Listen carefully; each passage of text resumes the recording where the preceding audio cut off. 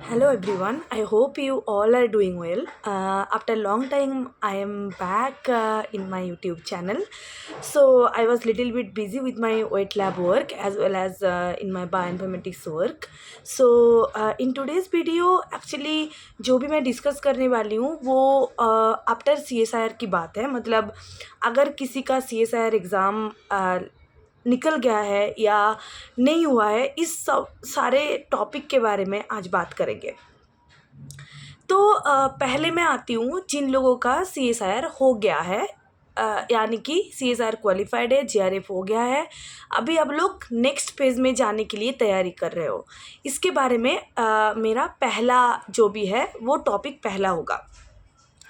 Let's say किसी एक बच्चे का CSIR निकल गया है, मतलब उसका JRF हो गया है. तो अभी उसको किस किस चीज़ों में ध्यान देना पड़ेगा, ये सब के बारे में पहले बात करते हैं. तो पहले तो आपको क्या करना है, आपको इंडस्ट्री ज्वाइन करना है या PhD करना है, ये डिसाइड करना है.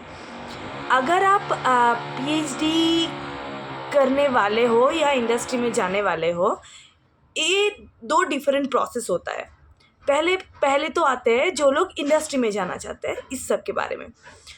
तो जो भी लोग इंडस्ट्री में जाने वाले होते हैं, इसके मतलब इस चीज़ के लिए आपको और टॉपिक पढ़ना ज़रूरत नहीं है. मतलब आपको अभी बुक्स वगैरह जैसे पढ़ते थे, नोट्स पढ़ते थे, वो अभी नहीं पढ़ना है. अभी क्या करना है, अभी आप देखो जो भी यूनिट 13 था CSIR के यूनिट के वाइज, उसमें क्या होता है, टेक्निक्स आते हैं, राइट.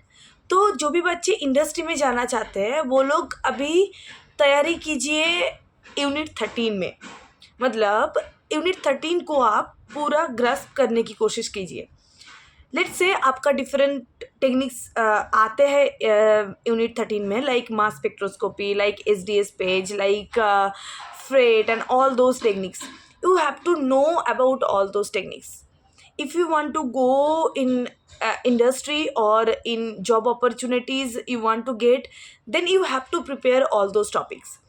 Like क्या क्या टेक्निक आपको आता है, या मतलब कितने ज़्यादा डेप्थ में वो सारे टेक्निक आता है, कौन कौन इंस्ट्रूमेंट आप हैंडल करना जानते हो, ये सारा चीज़ें आपको जानना चाहिए.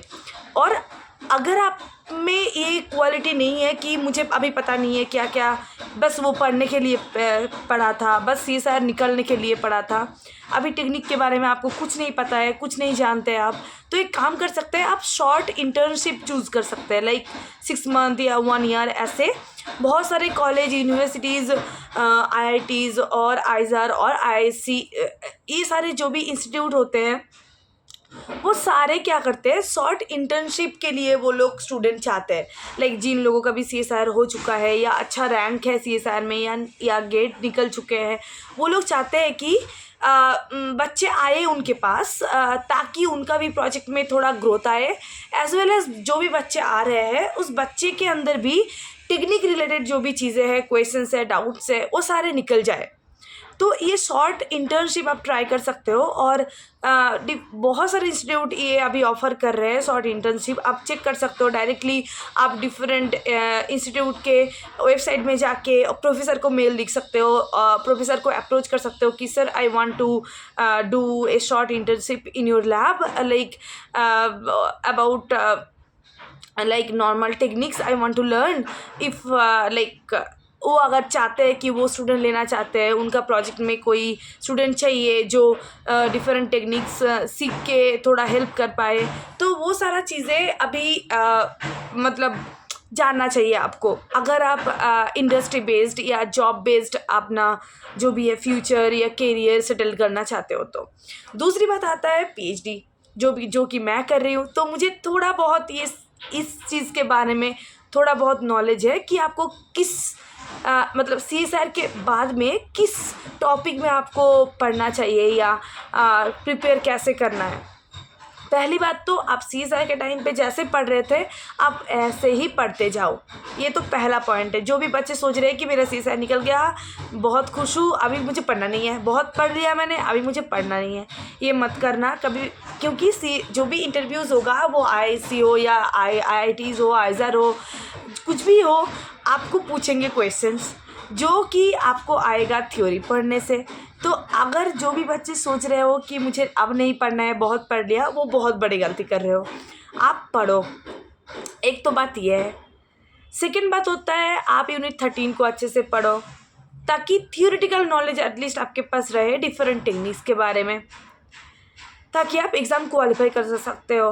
अभी देखो इंटरव्यू में कैसे मतलब खुद को प्रिपेयर करना है इंटरव्यू के लिए, और एसओपी कैसे लिखना है, ये इसके बारे में आपको वीडियोस वगैरह चाहिए तो मैं उसके मतलब डिफरेंट वीडियोस बना सकती हूँ। तो आप कमेंट करना अगर आपको चाहिए कि कैसे एक्चुअली करना चाहिए। अभी मैं बस 2 ब्रॉड टॉपिक में बात कर रही हूँ, जिसका CSIR हुआ है या जिसका CSIR नहीं हुआ है। तो अभी बात करें CSIR जिसको हुआ है उसके बारे में। अभी क्या सीन है, अभी ये सीन है कि जो भी अब बच्चे CSIR हो गया है वो लोग PhD में जाने वाले हैं। तो इस टॉपिक में अभी बात हो रहे हैं। तो जो भी बच्चे का PhD करना मतलब PhD करने का शौक़ है या PhD करना है, इसके ही साथ अपने करियर को आगे बढ़ाना है, 2-3 चीज़ें आपको पहले तो क्लैरिफाई करना चाहिए, आपको PhD सही में करना है या नहीं। क्योंकि मैं PhD कर रही हूँ तो मैं सजेस्ट करूँगी आप पहले दिमाग में क्लियर कर लो आपको PhD करना है। क्योंकि अगर आप बीच रास्ते में या 2 साल बाद या 1 साल बाद आपको लगे अरे ये तो मेरे साथ मतलब मेरे लिए बहुत दिक्कत हो रहा है, मेरे लिए बहुत टफ चीज़ें हो रहा है, मुझसे नहीं हो रहा है, ये सबसे अच्छा है आप पहले दिमाग में क्लियर हो जाओ आपको PhD करना है या नहीं है। ये सबसे बड़ा क्वेश्चंस होता है किसी भी स्टूडेंट के अंदर, होना चाहिए इस स्टेज में अगर आपका CSIR हो गया है तो। जो अगर आपको PhD करना है तो आपको इंटरव्यू क्लियर करना पड़ेगा डिफरेंट इंस्टीट्यूट का, इसके लिए आपको थ्योरी पढ़ना है। तो आप अभी मतलब पढ़िए, ऐसा नहीं है कि मत पढ़िए। और एक चीज़ आपको जो करना चाहिए, आप हर दिन हर कॉलेज हर यूनिवर्सिटी जिसमें भी आप ज्वाइन करना चाहते हो उसके वेबसाइट में जाओ, चेक करो एप्लीकेशन फॉर्म आया है या नहीं। कोई आपको ये नहीं बोलेगा कि अरे इसका आ गया है उसका आ गया है, कोई नहीं बोलेगा। आप हर दिन सुबह उठ के हर दिन वेबसाइट चेक करो एप्लीकेशन फॉर्म आया है या नहीं। और एक चीज़ आपको ध्यान रखना चाहिए, आपका CSIR का रिज़ल्ट कैसा है, रैंक कैसा है, और उस यूनिवर्सिटी या उस IITs या IISER या IISc कुछ भी हो, उस इंस्टीट्यूट का क्या रिक्वायरमेंट है, वो लोग क्या चाहते हैं, किस रैंक के अंदर होना चाहिए उस बंदे का ऑल इंडिया रैंक वगैरह चीज़ें, ये आपको वेबसाइट में मिल जाएगा। तो ये सारा चीज़ें आप ध्यान रखो। और इंटरव्यू के लिए मैं बोलूँगी आप अभी थ्योरी पढ़ना मतलब मत छोड़ो, थ्योरी पढ़ते जाओ, क्योंकि सारा क्वेश्चन थ्योरी में से ही आएगा। और जो भी टेक्निक बेस्ड क्वेश्चंस आएगा आप बोल सकते हो कि मैंने इंस्ट्रूमेंट हैंडल नहीं किया है, लेकिन मुझे जो भी इसका जो भी प्रिंसिपल है इंस्ट्रूमेंट का या ये इस टेक्निक का क्या प्रिंसिपल है वो मुझे आता है, मैं सीख सकती हूँ या सीख सकता हूँ। मुझे थोड़ा ट्रेनिंग की ज़रूरत है, लेकिन अदरवाइज़ थियोरिटिकल नॉलेज मेरे पास द बेस्ट है। ये आपको वहाँ पे मतलब खुद को प्रूव करना है। ठीक है, मुझे थ्योरी आता है, मुझे इसका प्रिंसिपल आता है, लेकिन ठीक है मैंने इंस्ट्रूमेंट कभी हैंडल नहीं किया है, मैं कभी लैब वर्क में नहीं मतलब लैब में कभी नहीं गई हूँ, तो मुझे नहीं आता है, लेकिन समय मतलब धीरे धीरे मैं सीख लूँगी। ये मतलब इंस्ट्रूमेंट हैंडल करना इस काइंड ऑफ पे कोई भी मशीन चलाना टाइप का होता है। तो वो बात से ज़्यादा आपको जो पता होना चाहिए प्रिंसिपल क्या है, किस प्रिंसिपल के बेसिस में ये इंस्ट्रूमेंट काम कर रहा है, किस प्रिंसिपल के हिसाब से ये टेक्निक काम करता है। लेट्स से आपको दे दिया गया HDS पेज, ना आप एक्सप्लेन करो क्यों ट्रिस बफर यूज़ होता है, क्यों फॉस्फेट बफर नहीं यूज़ होता है, ऐसे क्वेश्चंस आपको पूछेंगे। तो आप काम करो, थ्योरी पढ़ते जाओ, आपको बेस जो भी है वो क्लियर करो। अदरवाइज इंटरव्यू के लिए कैसे प्रिपेयर करना है, SOP कैसे लिखना है, कैसे प्रोफेसर को अप्रोच करना है, ये सारा चीज़ें मैं आपको बता सकती हूँ। इसके लिए मैं अलग अलग वीडियो बना सकती हूँ, ऐसी कोई बात नहीं है। बट जो भी मतलब कर रहे हो आप, जैसे कि प्रिपेयर करो इंटरव्यू के लिए या प्रिपेयर करो for any industry related job, मतलब आपको ऐसा होना चाहिए, आपको उन लोगों को ऐसे कन्विंस करना है कि ठीक है मैं डिटर्मिनेट हूँ, यही मेरा फ्यूचर होने वाला है, यही मेरा करियर होने वाला है, तो मैं इसके लिए प्रिपेयर हूँ। अगर मैं आपका लैब ज्वाइन कर रही हूँ या अगर आपका इंडस्ट्री में ज्वाइन करने वाली हूँ, तो मुझसे सब होगा, मैं सब कर पाऊँगी, मैं सब सीख लूँगी। अगर मुझे नहीं आता है तो मैं सीख लूँगी, इंस्ट्रूमेंट हैंडल करना वगैरह मैं सीख सकती हूँ। ये आपको बोलना है और कन्विंस करना है, सबसे बड़ी बात ये। अब आते हैं सेकेंड पार्ट में, जैसे कि जिसका भी CSIR नहीं क्लियर हुआ है, तो मैं बताऊंगी पहला सेंटेंस इट्स ओके, क्योंकि किसी का ऐसा नहीं होता है पहली बार में ही CSIR हो गया और दूसरी बार में भी हो गया या तीसरी बार में भी हो गया, ऐसा कभी नहीं होता है। सबके लिए अलग अलग टाइम होता है, सब होता है ना, अपना टाइम आएगा तो सबका टाइम आएगा।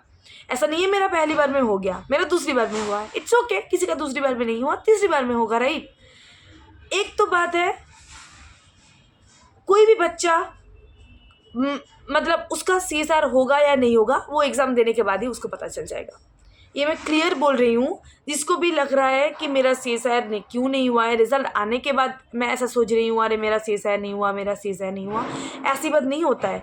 जिसका भी CSIR नहीं हुआ है, एग्ज़ाम देने के तुरंत बाद ही उसको पता चल गया मेरा CSIR नहीं होने वाला है। तो आप एक काम करो, CSIR दे के आओ, ठीक है। मुझे पता है जिस लेवल का क्वेश्चन हुआ था वो मुझसे नहीं हुआ, सिंपल सी बात, मुझसे नहीं हुआ और मेरा CSIR नहीं होगा। एक दिन गैप लो, एक दिन गैप में क्या करो, एक दिन गैप में बैठ के नेक्स्ट 6 मंथ का आप पूरा चार्ट बनाओ कि मुझे ये करना है, ये टॉपिक पढ़ना है और इसके लिए ये टाइम ड्यूरेशन है, इसके लिए 15 डेज़, इसके लिए 10 डेज़, इसके लिए 5 डेज़, इसके लिए 3 डेज़, ये तो मैं 1 घंटे में कंप्लीट करूँगी। ऐसे करके पूरा चार्ट बनाओ। नेक्स्ट डे से शुरू हो जाओ फिर से, बिना किसी ब्रेक। 5 दिन घूम के आऊँ यहाँ से, 2 दिन घूम के आऊँ यहाँ से, मत करना। सीधा एग्ज़ाम दिया, आपको पता है आपका नहीं होगा या बॉर्डर लाइन पे आगे रुक जाएगा, क्यों रिस्क लेना है। Next day just prepare yourself for the next 6 month and then शुरू हो जाओ। कुछ करना नहीं है आपको, बस पढ़ना है सब। मतलब हम एटलीस्ट मैं एक मतलब एवरेज स्टूडेंट थी, मेरा कॉलेज यूनिवर्सिटी तक, फिर मेरा दिमाग में आया CSIR। आने के बाद प्रिपेयर करना स्टार्ट किया। 1 साल लगा मुझे ये समझने में कि अरे ठीक है CSIR के लिए पढ़ना ऐसे है। 1 साल लगा मुझे वो समझने में। फिर 1 साल मेरा प्रिपरेशन में गया, बिल्कुल प्रिपरेशन मतलब पता नहीं क्या चल रहा है दुनिया में, मुझे CSIR निकालना है। और एक बात मैं बताती हूँ, CSIR निकालना ठीक है, with good rank is very important. अगर आपको बहुत अच्छे लेवल पे जाना है, लाइक अच्छे इंस्टीट्यूट में आपको एडमिशन चाहिए PhD के लिए, अच्छे इंडस्ट्री में चाहिए आपको कैरियर के लिए, आपको अच्छा रैंक लाना बहुत ज़रूरी है। आपको पूछेंगे what is your all India rank, if it's double digit rank then it will be very good. मैं आपको मैं आपको बताना चाहती हूँ, अगर आपके पास CSIR है मतलब JRF है with good all India rank, अच्छे खासे IIT या IISc में आपका हो सकता है। इंटरव्यू अच्छे से दो, ऐसा नहीं है कि आपको सारे क्वेश्चंस का आंसर 100% आपको क्लियर कट बताना है, ऐसा नहीं होता है। वो लोग इंटरव्यू से ये देखना चाहते हैं कि आपका इंस्टेंटली आपका कैसे रिस्पॉन्स होता है, या आपका कोई बैकग्राउंड नॉलेज है या नहीं है, आप जिस भी टॉपिक में आप करना चाहते हो। PhD सबके लिए सब ज़ीरो से स्टार्ट करते हैं। मेरा तो पूरा बायोलॉजी बैकग्राउंड था, अभी मैं PhD कर रही हूँ बायोफिज़िक्स में, जो कि है फिज़िक्स केमिस्ट्री मैथ सब मिला के। अभी मेरे बारे में आप सोच सकते हो, मैंने तो माइनस से स्टार्ट किया हूँ, मैं ज़ीरो से भी नहीं स्टार्ट किया हूँ, मेरा स्टार्ट हुआ है माइनस लेवल से। तो ऐसी बात नहीं है कि PhD के लिए आपको बहुत कुछ जानना चाहिए, ऐसी बात बिल्कुल नहीं है। आप स्टार्ट करना, पहला PI को भी पता होता है कि ये लड़की या लड़का आ रही है या आ रहा है जिसको कुछ नहीं पता है, मुझे उसको तैयार करना है, सीनियर्स उसको हेल्प करेंगे, बस ख़त्म। PhD और कुछ नहीं है, बस आपको सीखना है। तो मैं ये सजेस्ट करूँगी, जो भी PhD करना चाहते हो वो पहले तो क्लियर कट हो जाओ। दूसरी बात, अगर आपको कहाँ पे ज्वाइन करना है, इंडस्ट्री या PhD, वो क्लियर कट हो जाओ। थर्डली, जिसका भी CSIR नहीं हुआ है, it's okay, chill. Next 6 month के लिए सिलेबस आपका है, पेपर आपका है, बुक्स आपके हैं, नोट्स आपके हैं, सब कुछ आपके है। CSIR भी आपका नाम ही होगा अल्टीमेटली, राइट। और मैं ये बताऊंगी कि आप गुड रैंक के साथ क्वालिफाई करो। ऐसा नहीं है कि मेरा CSR हो गया है, GRA मिल गया है, मुझे फेलोशिप मिल जाएगा, मेरा हो जाएगा, कभी मत सोचना। अच्छे रैंक के साथ लाओ, अच्छे इंस्टीट्यूट में जाओ, अच्छे से PhD करो, सब कुछ अच्छा होगा अल्टीमेटली। ऐसा मत करो कि GRF हो गया, PhD कर लूँगी कहीं से भी या कर लूँगा कहीं से भी तो हो जाएगा, ऐसे मत सोचो। अच्छे से CSR क्वालिफाई करो with all good all India rank, and then like institute is yours ultimately. अच्छे से इंटरव्यू दो, कहीं भी किसी भी IITs में भी या ISC में आपका हो सकता है। सो इट्स ओके, जिसका भी नहीं हुआ है, all the best for the next time, because you think in that way this is my last chance. ये आपको सोचना पड़ेगा कि यही मेरा लास्ट चांस है, नहीं तो आपको ये फिर सोचोगे कि अरे ये अटेम्प्ट देती हूँ, फिर नहीं होगा तो लास्ट अटेम्प्ट में देखेंगे या इस अटेम्प्ट में देखेंगे। ये मत सोचो, यही मेरा लास्ट अटेम्प्ट है और मुझे इसी बार में क्लियर करना है, आपको ये सोचना चाहिए। तो जिसका भी मतलब CSR नहीं हुआ है, इसके बारे में मतलब it's not a motivation, it's kind of a खुद को ही आपको मोटिवेट करना पड़ेगा। ठीक है, चलो कोई बात नहीं है, नेक्स्ट टाइम इस बार मेरा CSR होके रहेगा, कोई नहीं रोक सकता, भगवान भी नहीं। पहली बात तो ये। दूसरी बात, या आपका अगर CSR हो गया है, आपको इंटरव्यूज़ के लिए या कैसे SOP लिखना है, कैसे प्रोफेसर को अप्रोच करना है, वगैरह वगैरह चीज़ों के लिए अगर आपको वीडियोस वगैरह चाहिए तो जस्ट पुट ए कमेंट। या and all the best to all of you for your future. Okay, bye bye.